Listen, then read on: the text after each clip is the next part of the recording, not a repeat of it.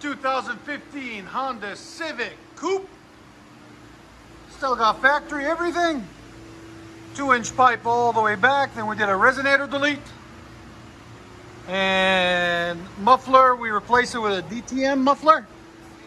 4-inch tip outlet right there. As you guys can see. There it is. There's a resonator delete. That's the resonator we took off of it.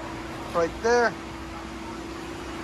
We did the muffler delete yesterday, but it wasn't loud enough, so he wants it louder. So we'll let you guys hear it in a second. Louder.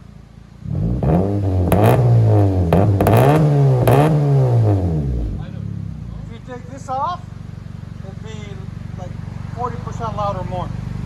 But it'll be raspy. Go ahead.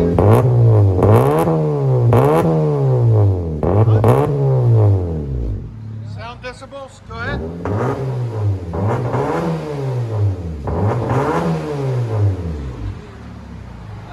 Drive it down the road. Bring it back. See how you like it.